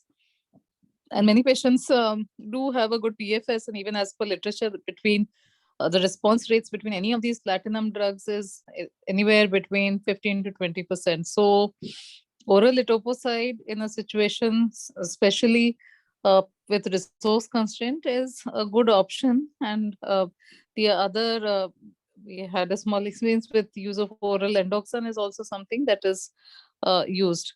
And also for platinum resistant patients who are very sick and very poor performance status, considering palliative care alone also is an option, and what we should discuss with patients. Yeah, thank you, Dr. Jaya. So basically, primary first line chemo is like generally one can't go wrong. Second line chemo, very individualized, and all patients of such nature who have to get a second line chemo should be discussed well in a tumor board.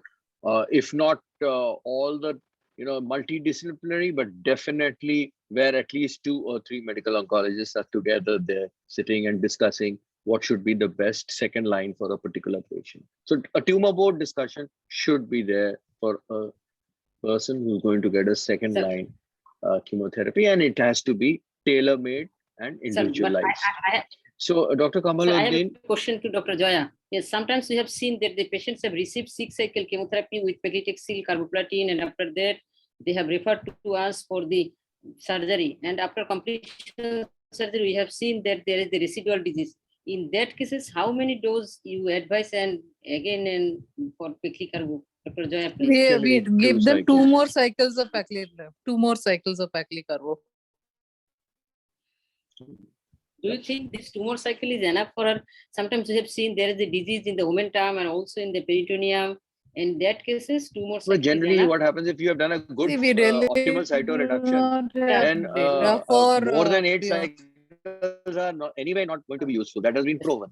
Yes. So provided optimal cytoreduction has been done after Yes. 6 cycles, so a 2 more, 1 to 2 adjuvant, most medical oncologists would use. So getting back to Dr. Kamaluddin, so what is how many cases you see a year where you have to use neoadjuvant chemotherapy for GCT, germ cell tumor? Yes. Yeah, how many cases in your practice you First are of all, it is not a very common. We are not. GCT adjuvant is not very common. We are practicing. We are most